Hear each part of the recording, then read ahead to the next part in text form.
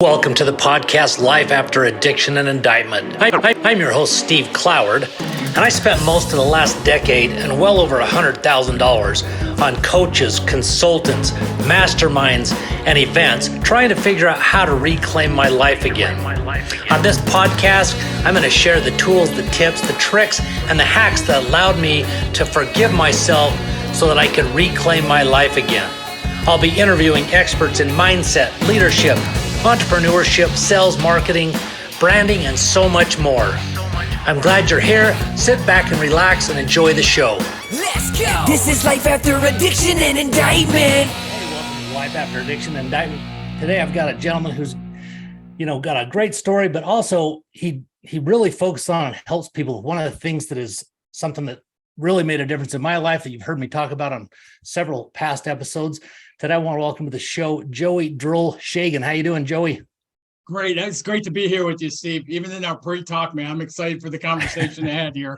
Yeah, man, I appreciate it. I'm excited and appreciate you taking the time. I've read a little bit about, your story a bit, but, you were in the corporate world and obviously very successful, excelled up to the level of VP of, imagine, a very large company. And why don't you tell us a little bit about how you grew up and, what were you exposed to from a standpoint of what the traditional life, or if you were exposed to entrepreneurship and business, or if it was go to school, get good grades, go to college, and then get a job.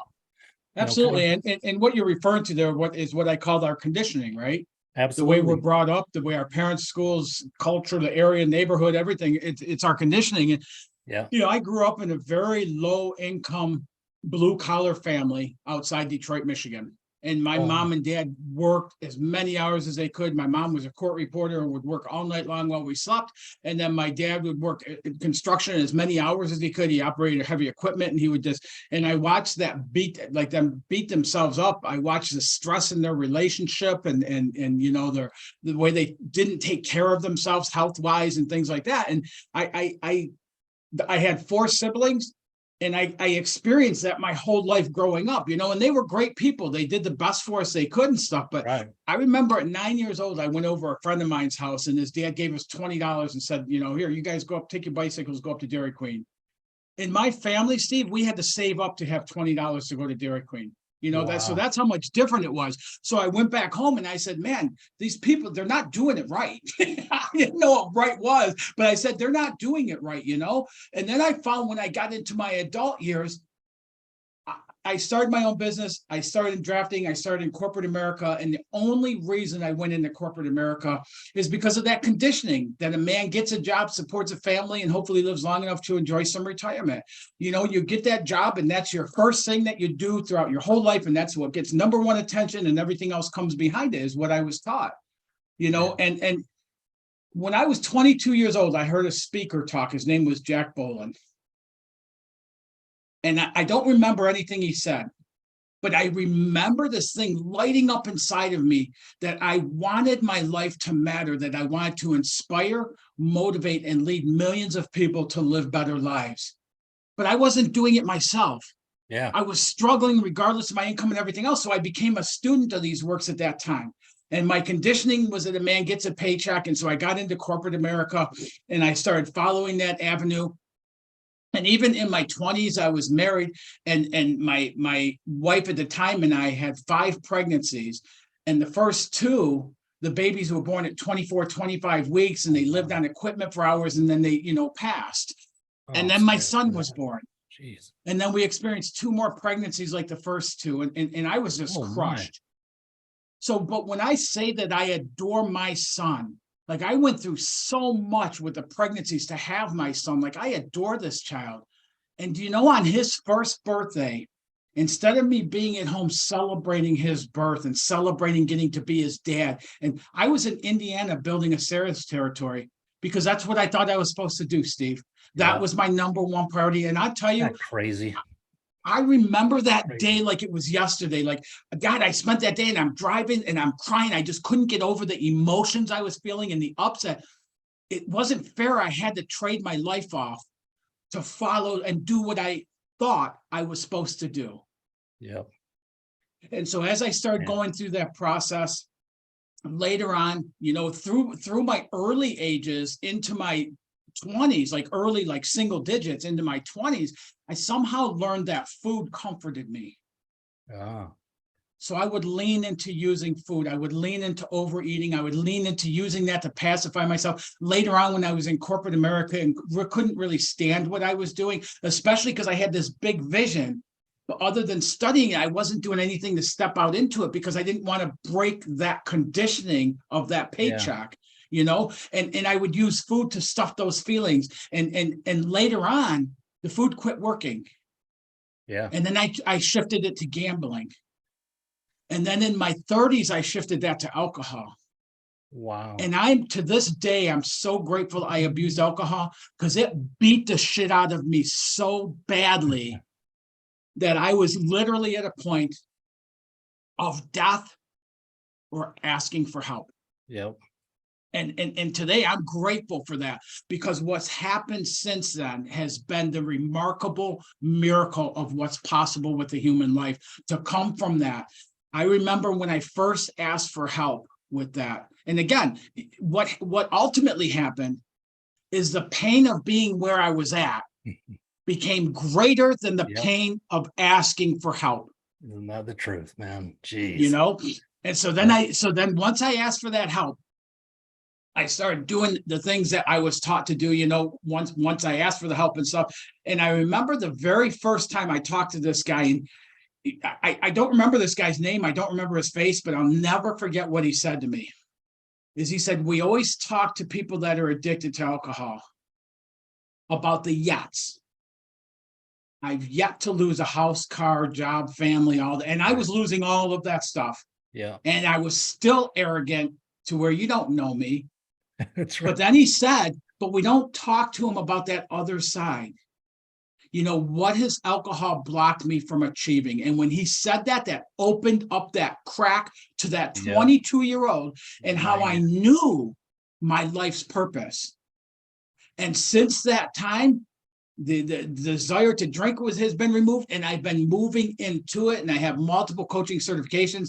You had said this in the introduction, and thank you for an awesome introduction.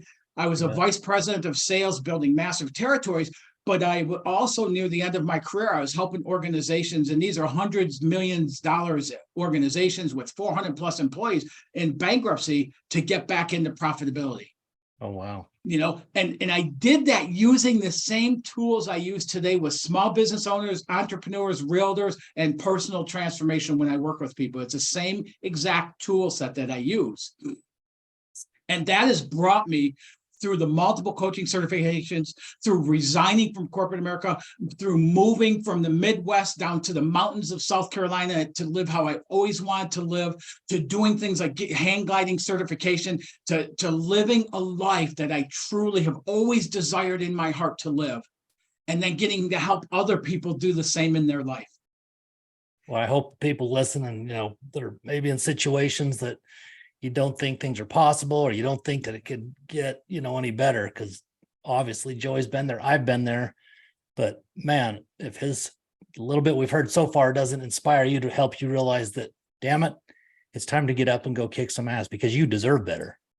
Yeah. And Stevie, I mean, you probably know, like I do, when we get into that place of that addiction tells us we're less than, that we're nobody, that we're worthless, that we have no meaning or nothing purpose to our life or anything else. And that is what I call the Satan of the world, because the addiction is Satan. The addiction is to tear every good part of us down. So true.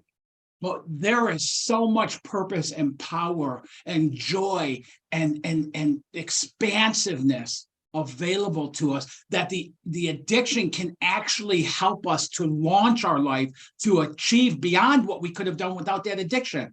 So what I have done in essence, and I think in talking to you, you've achieved this as well, is where we use that as our launching pad to go beyond what we could have went without that addiction. It's so true. Yeah. And that's the thing, you nailed it too, is for those that are listening, whether it's you or someone if it's you have to you have to just understand, and I'm excited to let Joey talk about more about what you can do to help the mindset, because that's the problem is you have this shame, this guilt, this less than attitude, and when you have the thoughts that are tied to those type of, attitudes and thoughts, then you tend to just grab onto them and build stories around them that just make it worse. But I'm here to tell you, Joey's here to tell you that number one, you are worth it without a doubt, and you deserve it. And it's time to listen to somebody who, has been through it, been at the bottom, who can help you understand steps that you can take to start to make that shift. And really it comes down to what I say, it's within about 6 inches, it's right between your ears. So you're obviously an expert at mindset and also reprogramming the subconscious. So let's get into it, man. Tell us the things that you do to help people, because this is stuff I love, Yeah. So I developed over a 3-decade period as I've been working on this. I was the guinea pig for the programs I've developed, you know what I mean? And what took me years to understand, implement, and see the changes in results because of my clients now see in weeks. So, I mean, it doesn't have to take what it took me, because I was learning it, putting it together, trying to figure out, implement, experiment, all this stuff. And I still love experimenting. But what it is a big part of it is we have the conscious mind. And the conscious mind is what we focus on. The words we use, the thoughts we entertain, the people we hang out with, the things we watch on TV, things like that. Now, if you look at somebody who's in addiction, typically, what I will say to anybody really, but it's, people in addiction especially, is would you ever speak to another person the way you talk to yourself? Our addiction has beat us up so badly that the addiction beats us up so badly that then we start picking up on that and beating ourselves up with that in our conscious mind. The conscious mind we have control over, Steve. People who, I remember picking up that drink and not wanting to. I remember I wasn't always afraid of the first drink. I was afraid of that desire for that first drink, because that is where I lost all control and had no power over that. So people who battle with that desire, they don't want to live that way. Nobody wants to live in addiction. So when we understand, first off, it's a sickness, it's an illness. We can look at it differently, but also how damaging not even it is to our internal body, but to our mindset, as far as so we have the conscious mind, which is we have control over. It's what we put our focus on. And then we have a subconscious mind, and all the subconscious mind does is absorbs whatever the conscious mind is focused on. Within the subconscious mind, there was what I call a motherboard that hosts all of our conditioning. From the time we were born up to right now listening to this is that conditioning of our past experiences, our patterns, our paradigms, our habits, our beliefs, all of that is in there. And then the subconscious is what triggers our brain waves to the actions that we take or we don't take. So that's why in our conscious mind, we can know that we don't want to drink. We can know of what we want to achieve. We can know what we want to do with our life. But then the subconscious mind is working on the conditioning. So somebody that's living in fear, doubt, and worry will not take the actions that will lead them to that next step in their life. Yep. So there's there's what I call a knowing doing gap that Bob Proctor taught me between our knowing and our doing. And so what we do is this SMT method. It starts with developing a dynamic vision. So we start looking at using our imagination. We start looking at what do we really want to experience in this lifetime. And then we start moving in that direction. I help my clients develop systems of accelerating habits that bring about the results that they most want. And as we step into it, we bump up against that conditioning that wants to pull us away and not take those actions. And once we identify them, we can shift those and reprogram that. One of the things I think you'll get as we were talking that beforehand is I tell people, Steve, the reality of our life is make-believe. The entire reality of our life is make-believe because the reality of our life is based on our perceptions. So if I think I'm a piece of crap and I'm worthless and things like that, that's my perception, that's my belief. Yeah. At any time, I can change that belief and say, I have value in this world. I have something inside of me, gifts and talents that the world needs. And when I shift that perception, I shift the entire reality of my life. The problem, nobody can do that for us. We have to be a willing participant in that march. Boy, isn't that the truth? That's what's so cool, I think, is that, people who've had really difficult times or, big setbacks, addictions, you name it, often don't believe that, number one, they have the worth or that they have any value to provide the world. But I'm telling you, there's two guys right here that you can turn tragedies into triumphs. That's what creates you to be who you are, to be that effective person. Because, I often say that I remember years ago going to some counseling, and it used to frustrate me. This was marriage counseling, by the way. And it used to frustrate me because it's like, and I believe most counseling is like this. It's like they just sit there and listen to you. And there's really, frankly, there's some good counselors. I'm not knocking them. Right. You're just going through so many just emotions and wasting a lot of time, frankly, as they're just listening and having you come back and come back and come back. Why not work with somebody like Joey, who's been where you might be or a similar situation that has gotten to where you're wanting to go? Yeah. It's just like if, whether it's AA or NA or sex addiction, food addiction, you want to learn from someone who was the addict. Yes. That's so much more powerful. And obviously it is. You took a time. It gets you results so much quicker. Exactly. That's the key is, Yes. I wasted so much time. You wasted time, you said, getting to where you finally figured things out and dialed in.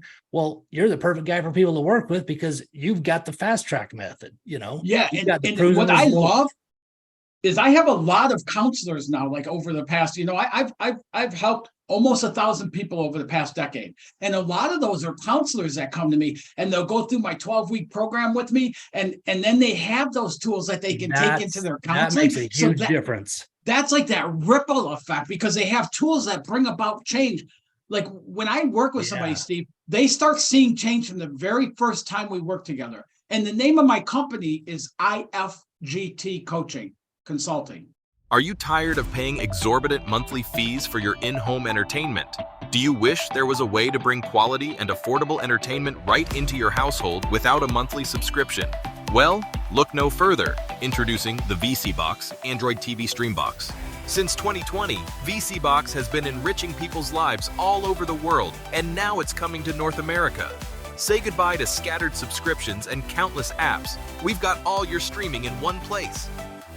This is the best fully loaded Android TV box provider in North America. Our user-friendly interface makes navigation a breeze, and with the voice remote featuring Google Assistant, finding your entertainment has never been easier. The VC Box V2 Pro Android box is the epitome of convenience. Sit back, relax, and enjoy your favorite shows and movies with just a few simple voice commands. And the best part, no monthly subscriptions. That's right, you heard it correctly. Say goodbye to those pesky recurring fees and hello to endless entertainment. Join the VC Box revolution and elevate your entertainment experience. Don't miss out on this amazing opportunity. Visit our website and order your VC Box now. Bring home the VC Box today and bring endless joy and excitement to your household. VC Box, unleash the power of entertainment. Okay. The IFGT stands for It's Frickin' Go Time. I love that. That is And cool. that was intentional. I started these studies at 22 years old. I Is was it frickin'? 40 Is that some the years second old. word? What's that? The second word, is it frickin', you said? Yeah. Okay, I just cleaned it making up sure. for your podcast. Okay. I was just teasing you but I love it. It's freaking go time. It's time to quit Yeah. playing small. It's time to quit living Love on it. minute thing. One of the things I'm really big at, whether it's helping businesses grow or helping people transform, helping marriages transform, things like that, is we look at life through our conditioning and we'll look at a change and say, that's unrealistic. That's not realistic for that to happen. Jeez. And I say to people, do you really want to live a realistic life? I work with a business owner who does wholesaling business, and he was making $34,000 a month for 5 years. He was leaning on a line of credit to cover the gap in what he was earning to what his costs were. Yeah. So I went through and developed a vision with him, and he said $50,000. If I could do $50,000 a month, I can then start paying down little by little that line of credit. So I got him up to like $100,000 some. Do you know within 8 months he was doing $250,000 to $300,000 a month revenue? That took him from $400,000 a year revenue to $3 million a year revenue. And I've done that with real estate agents from 7.5 million to 23 million. But when these people come to me, they're saying that's unrealistic. That's good. That's what we want. Steve, listen. I'm this kid from this almost poor family in Detroit, Michigan. Yeah. It's unrealistic that I would get addicted to food and then gambling and then alcohol and find an avenue through it. It's unrealistic that I would be sitting here talking to you. It's unrealistic I ever made it to vice president, let alone resign from that position to move down to the mountains and live the way I lived. It's unrealistic. Yeah. And I want my life to be unrealistic. That's beautiful, man. I want your life to be unrealistic. So I want everybody listening to this life to be unrealistic. Because once we experience that, man, oh my God, it's so sweet. The closest I've come to describing it is running off a 2,000-foot mountaintop strapped to a hang glider. And that first couple minutes when you're just gliding through the air and you just feel like you're literally soaring like an eagle. I can't imagine that feeling. I mean, I can, but I'd love to. Yeah, I'd love to do that. That's, that free, just, man, just, and then I can literally envision and picture like the sound, just the stillness. Yeah, just based on this conversation, for me to be here, for you to be here, and us to be having this conversation, it's not realistic. Yeah. I love that. I mean, it's such a paradigm shift, but that's the power, because of the way we're programmed. And it's frankly, it cheats us out of life if you continue to buy the lie, Anybody that tells me I could never do what you do because I have, because I drink or because I tell them bullshit. That's right. You'll never be able to as long as you say you'll never be able to. Yep. But I can show you how to. I can show you, when it says things in the Bible, like I'm also a minister, when it says things in the Bible about these and even greater things shall you do. You think about that. That was, my beliefs. I'm a Christian. My beliefs in Jesus Christ. Yep. My life is intended to do greater works than he did even. Yeah. Your life, all of our lives are intended for that. Yep. That's amazing. It's unrealistic. Yeah. No. Well, that's so cool, man. So as you, were going through your kind of addictions, what was it that, was there something that triggered the turnaround? I mean, obviously you got sick and tired of being sick and tired, basically. Was it an event? Was it a person? Was it, what was it that got, that really triggered it? Was it that person saying that, that reminded you how you felt when you heard those things when you were in your early 20s? Well, I carried those around, but I stuffed those down. I had those pretty far stuffed, pretty packed down with addiction. I smashed a company car into a tree and I lost a vehicle, a driver's license, and a really good promising job all at the same time. Wow. That didn't bring me to that point. It was just an accumulation, I smashed that company car. I was in the hospital overnight. They let me out the next evening. We went and saw that car and I swore I'd never drink again. I was done. That was a Sunday morning. Wow. On November 5th. The next weekend, I didn't drink on Friday, but I hated the entire world. And Saturday I was drinking again. No kidding. And it kept going on until the following April when I finally put it down. And it's so funny, of all the big things that happened, they didn't do it. But on April 15th, my son had a new hockey team he was, playing on. First time practice. I didn't have a car. His mom was gone. I didn't have a car. I didn't have a driver's license. And I had too much pride to ask somebody to give him a ride.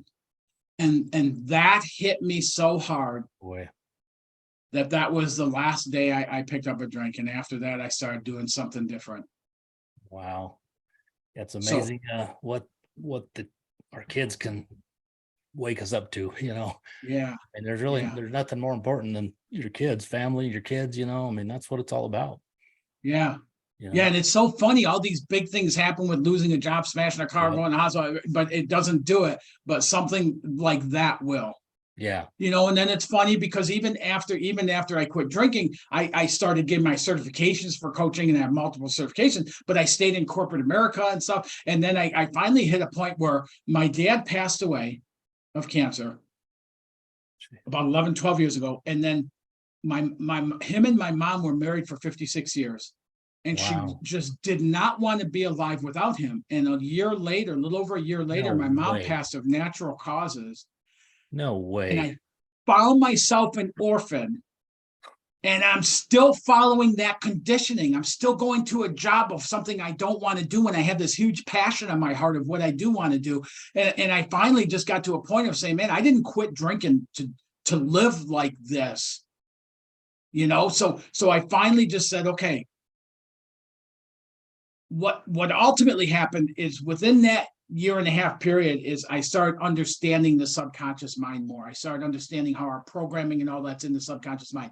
So once I had that piece, because before then, I tried to positive think my way into the life I wanted, and it didn't get me the results I want. I was the happiest person I knew, but I didn't get the results. Once I understood that conditioning in the subconscious and how to shift that conditioning and how to do the reprogramming with it is where I started to really make changes. And once my mom passed and I had that wake up moment where it's like, why am I still living this way? I finally said it.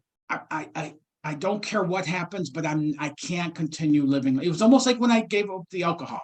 Yeah. I can't keep living like this. And within a couple of weeks, I started the IFGT corporation, and within a month and a half I resigned from corporate America. Long story, but awesome, incredible story of miracles of how I ended up in the mountains of South Carolina and been building the business ever since. That was fantastic. When you mentioned your parents passing, your mom a year later, the reason I said no way, it wasn't because my dad passed away 5 years ago today. In fact, as we started our podcast, I don't know if anybody heard the dings, but it was text. My siblings were all talking about it. And my mother passed away 11 months later.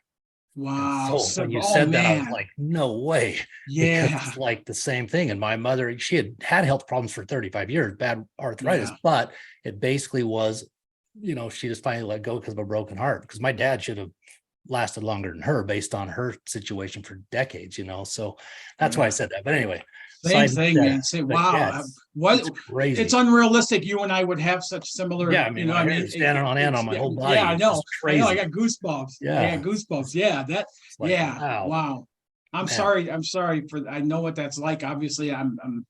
That's a hard thing to go through, man. It's not easy, but at the same time, under the circumstances, it was a good thing, even though it's just hard, That's another thing that's kind of, well, I won't go down that rabbit hole because this isn't about that, but, because we're selfish as we miss them, because they were in a better place, a better situation for sure, because my dad had dementia and all these things. And so it's like, you should celebrate truly, but it's easier said than done. It's like, hey, I don't have a dad around anymore. That's kind of a weird thing when they're gone, isn't it?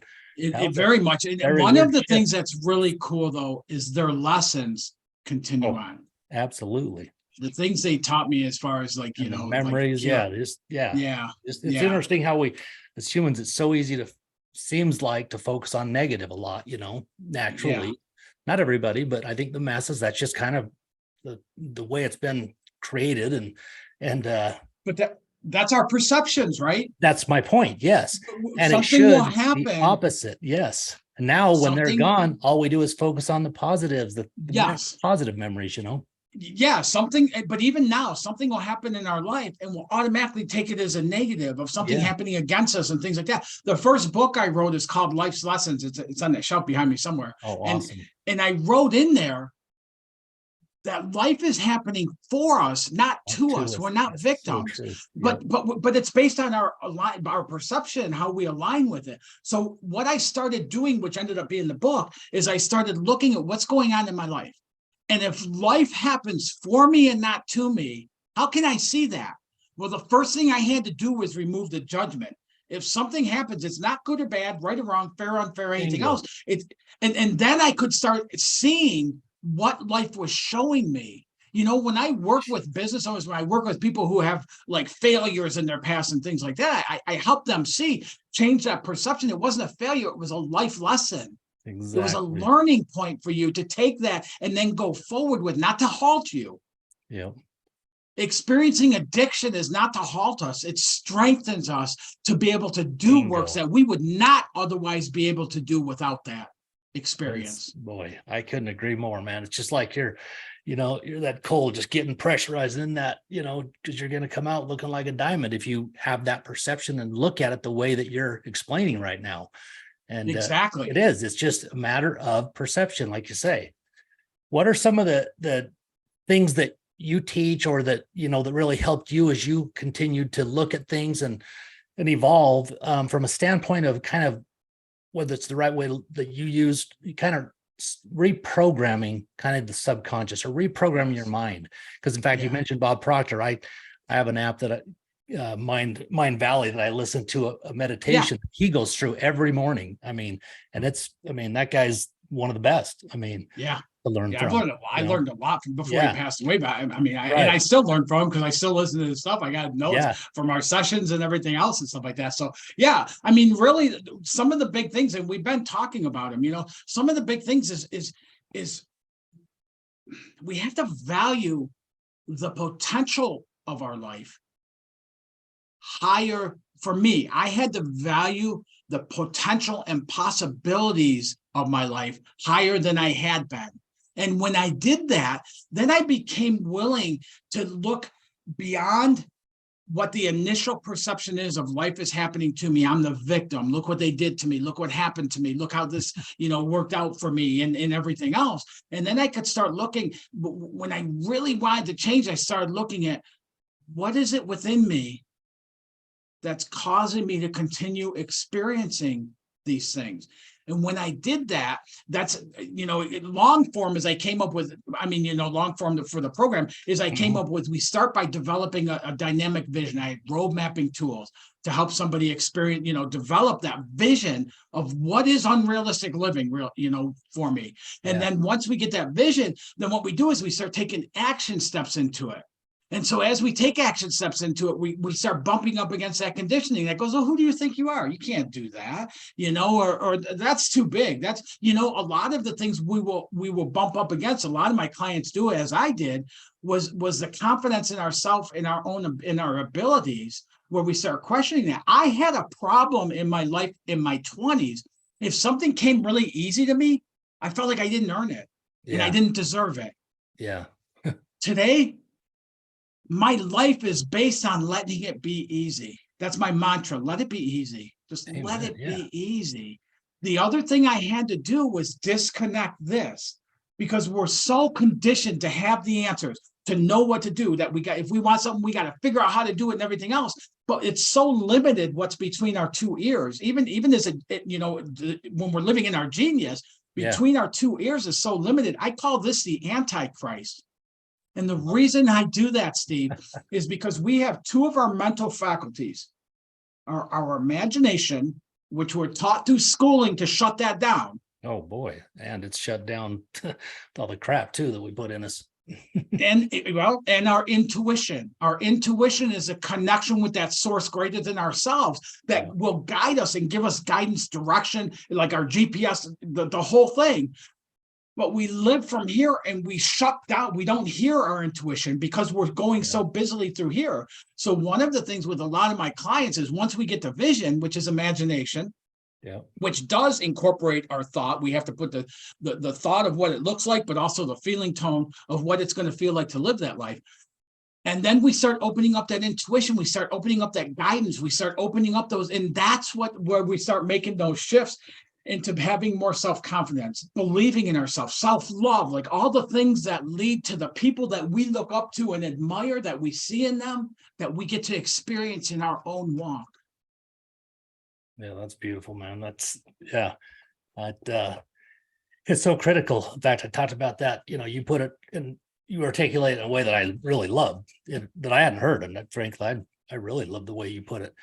because that was something I fought a lot that I just recently talked about on a previous podcast. Was we stay so caught up in here, like you mentioned, and so stuck in the rat race based on conditioning, even if you're still kind of doing your own business or whatever, but you're not living to your potential, even close. And until you can learn to, like you say, slow down, get into that vision, you're never going to have that discernment. You're never going to have those thoughts and ideas, and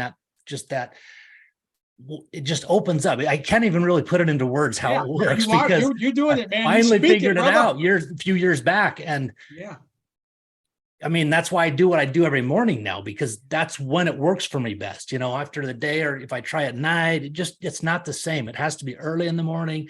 And because in fact, I've said this most of my adult life, which I know the power of words. So I try not to say it anymore, because, you're basically it's a self-fulfilling prophecy, really. A lot of the things that we say, if you continue to repeat it. And, from a business standpoint, I used to always say, well, I'm not creative, but, if you go with the right idea, I'm the execution. I'll make it all put together, make it happen. Well, that's because I would never get quiet. I would never put myself in a space where I could let my mind expand and build and create that connection, like you said. It's so and powerful. There's a lot of, and I spend a lot of time, I motorcycle and stuff like that. So I'll spend a lot of time just cruising. I'll spend time in nature. I'll go down to the trout streams with or without a fishing pole. Sometimes I have my fishing pole. I never cast it. I just go there, and part of that whole thing is we're conditioned to be human doings. Right. Yes. Especially in the United States, we're almost conditioned to be like robots of doings, right? That we do. One of the things that I don't work off of that kind of would cause some issues in business side of things for a while. I don't work off of goals. Yeah. And the reason I don't work off of goals is I work off of a vision and set. A goal is either a hit or miss. A goal is something that we put together, and then we strategize the pathway, and we come up with endless to-dos, massive actions, exhaustive efforts, all the stuff of how we're going to achieve that. And I love that. Why I love that? I don't mean to interrupt, but it's so powerful, because I talk about that too. We have to do what works and what's best for us instead of buying into the programming, which is the goals. So I love, and that's one of the things where I differentiate from a lot of coaching programs out there. And I've taken a lot of different coaching programs, and the ones I learned best from, and the ones I modeled when I put together this IFGT organization, is I tell people, I don't have your A, B's, and C's to D. So many programs go, you do A, B, C, and then you get to D. Yeah. And then the people that don't get to D, they go, well, you didn't do A, B, and C enough, or you didn't do it right, or you didn't this, or you didn't, and it puts it back on that person. So they invest their time, their effort, their resources, everything else. They take this coaching program, and then they walk away feeling more like shit about themselves than they did before they got in the program. What I've developed and what ended up working for me ultimately with the SMT method is when I laid out a pathway for the transformation, I laid out the journey, and everybody that goes through it has a unique experience based on them. And it's more of a guide going through the process than it is A, B's, and C's that get you to D. And I tell people right out, Steve, I don't know your answers, but I'm really freaking good at helping you identify them and then put actions and systems of accelerating habits in place. So the effort you're putting in is getting you greater results. And that's how that realtor that went from, and many others, but that realtor that I mentioned earlier that went from 7.5 million was her best year in 13 years in real estate. The year we worked together, she almost toppled over $23 million. And it was the only year of her adult life that she took 5 weeks of vacation in the same year. Wow. Hey, man, I'm a big believer. The way I look at people and measure, the people that I choose to work with and follow, it's not by what they say, it's by what they do. It's results. And you obviously have the success stories like crazy behind what you're doing, and you're obviously effective as heck. So I love what you're doing and what you're talking about. And you look at where I'm coming from, and you look at the point of being addicted to alcohol and those other things. It's unrealistic, man. I keep saying it's unrealistic, But anybody who's battling with that addiction and stuff like that, like there's so many places to reach out, but you can reach out to me as well, and I'll give you guidance. I'll help you get to start. But this is a self-imprisoned process. Addiction is.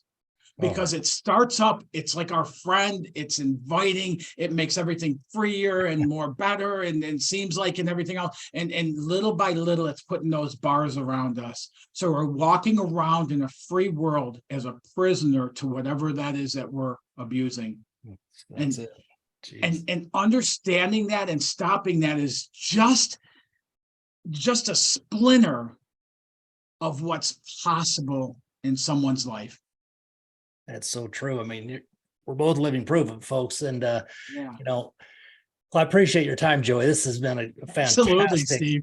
podcast. I mean, I love your energy. I can feel it coming through. And, we need to do this again sometime. Do you have any last words of wisdom for the folks listening? All I can tell anybody listening is play with this idea. When you get up in the morning before you get out of bed, ask yourself, what's one thing you would love today? For me, there's times I'll get up and I'll say, I would love for somebody to buy me a lunch today. I would love to meet a new friend. I'd love for a client to show up out of the blue. I would love and whatever it is, picture it, get the image. How are you going to feel and what's it going to look like when that shows up? And then just let that go and go about your day. Don't make it into a to-do list. Just go about your day and watch how often that shows up. And the reason I love sharing that, Steve, is because that shows that there's a power greater than your conditions and circumstances working on your behalf in your life. And that's a good way to tap into it. And if anybody wants to reach out to me, they can schedule a 10-minute call with me at coachwithjoey.com, and we can continue this conversation on a one-by-one basis. And my whole thing is to serve. If I can help somebody get something to help them move in the direction they want to go, my life is fuller for doing so. Bingo. Well, man, I can't thank you enough. And that challenge that you just gave, what to do in the morning, folks, you got to take him up on that, because I think it will blow your mind, because that was one of the things that I've talked about many times that really shifted where I was at and changed my life. And that stuff works. Maybe I can't explain how, but there's universal laws that we maybe don't totally understand, but they are real. And I love what you said a few times about, when you talked about vision and things, whatever, but you also added the thing that makes the difference, in my opinion, because I'd done it before, way back when The Secret came out, but it's that feeling of what it would be like. Yes. What will it feel like if someone takes you to lunch today? Because that's whatever you want to call it. I say there's a lot on podcasts. It just puts out a vibration that somehow does some crazy magic stuff, And when we test that and play in that, we start tapping into a power source that's more powerful than any addiction, than the bank account, than the situation, than the circumstances we're experiencing. That's right. Well, folks, appreciate your time. Again, if you're looking for somebody that really can help you change your life, change your business, go to coachwithjoey.com. If you feel like this has been a great show, would appreciate it if you would give it a 5-star Apple review. If you see it on YouTube, if you'd subscribe so that people will find this show and find out who Steve and Joey are, but help the algorithm push this show so Joey will be found, so that people can, once again, it's go to coachwithjoey.com. Hey, Joey, thanks again, brother. Do you have anything else? I would like to say one thing is, if you're getting anything out of this show, this march that Steve is doing is so incredible. We all know people who could use more encouragement in their life. Feel free to share his podcast, whether it's the one I'm on or anybody else's on. Share his podcast with people, because it needs to get this message out. People need to hear this. And sometimes it could be you, the listener, that's the only person in the world that could give it to that person that needs this information in order to change their life. So feel free. Take it as an act of love by sharing this with people that could use this. I got goosebumps when you're talking about it. And the reason why is because, as you talked about them sharing it with somebody, that might be the only person, that the person listening might be the only person that would introduce this to them. Yes. That's part of how things work, and it's something that's just so profound to me, but changed my life, because you can literally create whatever life you desire, period. Yeah. So our life, the goodness of our life is based on the kindness of a stranger. You know what I mean? Dang right. Yeah. Somewhere down the line. So. Well, I appreciate it, brother. I really appreciate you and look forward to talking to you again soon. Same here. Okay, buddy. Take care. I have a blessed day. God